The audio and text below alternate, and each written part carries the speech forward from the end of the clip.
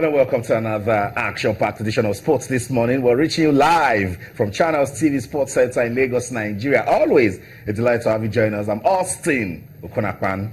Well, it always feels good to know that you are seated and ready to wait for what we're going to give to you this morning. My name is Yemi Adebayo. It gives us a lot of pleasure to do this every day. Good morning and welcome. It's great to have you join us again. I'm Tayo Salam. That's right. All right, ahead of the Rio 2016 Olympics, Athletics Federation of Nigeria calls 16 athletes to camp. We're going to be talking about that for you on the show this morning.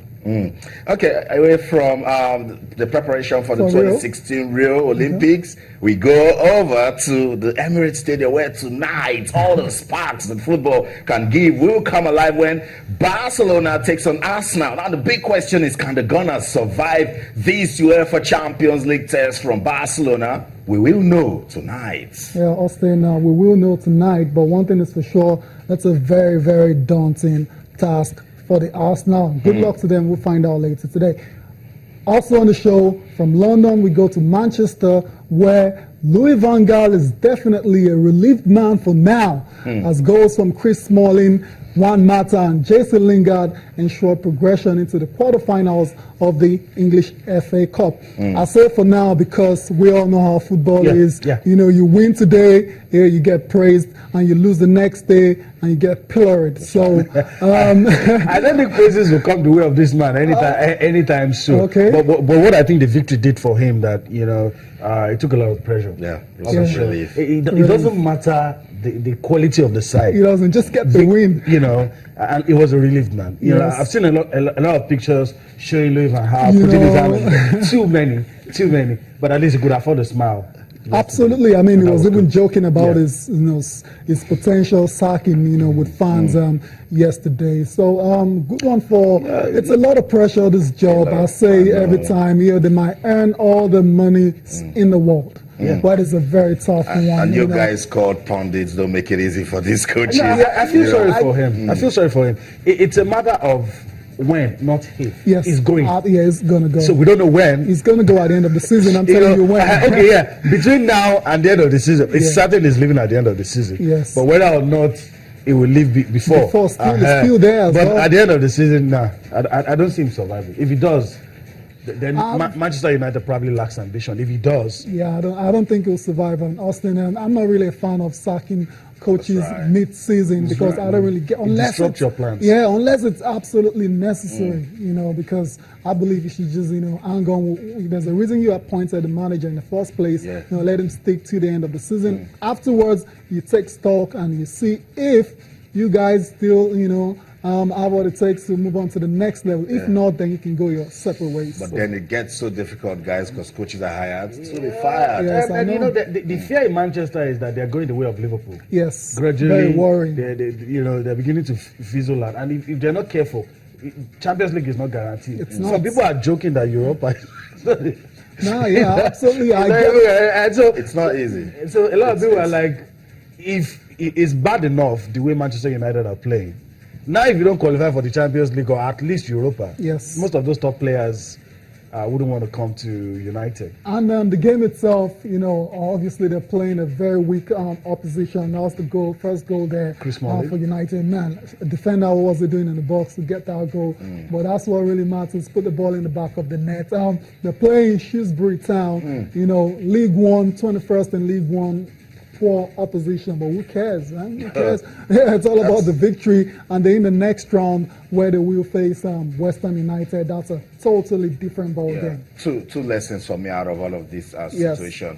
Van Gaal coming out to admit that these are difficult times in Manchester United, and then David Moyes throwing out a word of advice: don't make Manchester United a sacking club. It's not good for the prestige of the club. It's not good for the morale of the players. But that's what it is when Manchester United plays Shrewsbury Town and everybody is getting some relief. Then it shows that their football has also reached that level of emergency. You just need to start winning. How the mighty have fallen, right? It's crazy. Yeah, that's what it looks like. I mean, Yemi said something about going the Liverpool, way. Very similar situations. Liverpool used to be very big. They lost a great manager. Lost a great manager, and they thought, okay, let's do it Liverpool way. And I mean, we're going 26 years now they haven't won the top flight in England, and a lot of United fans are very worried about that. They don't want to go down, that particular route. So we can understand their frustrations, especially with the way United have been playing all season, very inconsistent,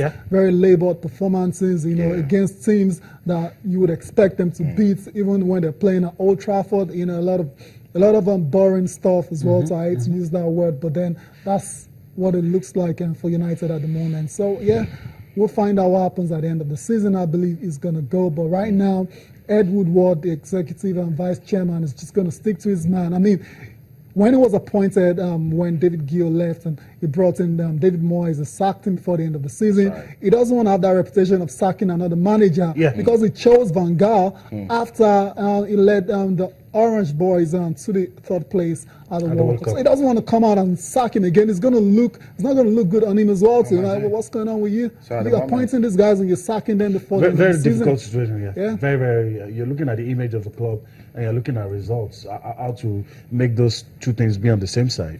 But it's looking that at this stage, you'll have to take one and leave the other. But I hope that United bounce back. I always like teams like that doing well in whatever competition they play. I'll talk about the man Louis van Gaal. It's just unfortunate that that's the sort of manager that is going through all of these.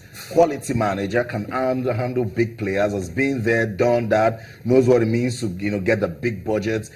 Any top class player would want to play under that kind of manager, but that's football for you, where anything can happen, particularly in English football now, where the unthinkable is happening with what is going on with very balmy season. balmy season. I mean, we're all sitting down here talking about great managers. I mean, Jose is arguably one of the greatest of all time. He couldn't handle the situation when he just didn't get it. Crazy season. Going on. He didn't get it, and he had to lose his job despite winning the league for Chelsea just 7 months, prior. So one of those things you have to take it on as a coach. That's the terrain of the business. And the new guys coming in now, like Olise and the likes, that want to have long careers in management, they've got to develop thick skin. And I think to just end the matter, the era of having coaches where they'll stay 7-8 years, it's gone. It's gone. Let's be realistic. Your reputation counts for nothing now in football management. Results. You're as good as your last result. And if you're not giving us what we want, you're going. I don't care if you've won the Champions League with some different clubs. You've handled the best players in the world. You just have to give me what I want. But there's an exception to that, though. That's the Arsenal. It's going to end someday. It's not going to end. It's going to end someday. It's not going to end. As long as Wenger remains there, he's got that job for life. Move to a new club. Yes. Move to a new stadium. I have a coach as Arsenal as Arsene Wenger that is giving you good money, buying a player for maybe about £2 million, use the player for about 5 years, and then sell the players for £6 million. That's good money for any club. And again, until we have a billionaire take over at Arsenal that can look at Wenger and say, look, the fans want trophy. You got a couple of billionaires on that board already. Yeah, a couple of them.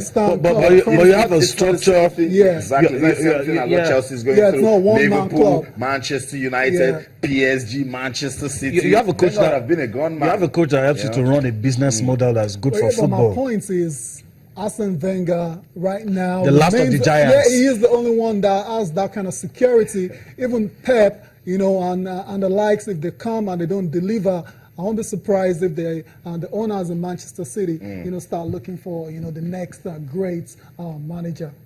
Yeah, but that's what it is. So tonight we'll wait and see if Arsene Wenger can survive another big test in the UEFA Champions League. Because what a game to look forward to. When you're playing Barcelona, what is in England? I think this team would. They're going to be the first team to successfully defend. I'm talking of Barcelona. Of course, you should be talking about. Of course, Arsenal have not won it before. It's hard to bet against Barcelona. They have the best players on the planet. And on their bad day, they'll still beat you. So you need stress you. You need more than them having a bad day. Maybe you injure like 4 or 5 players. I don't know. Get the referee. No, I'm just saying. Also, and just have the god of football by your side that day. Although Jose has shown us that if you pack the boss, you can do it. But Arsenal do not have the kind of players that can effectively. Style of play cannot even pack the ball. No. I think the professor would know that if you are looking at ball possession. It's going to be 80-20. So Yeah. just forget that style.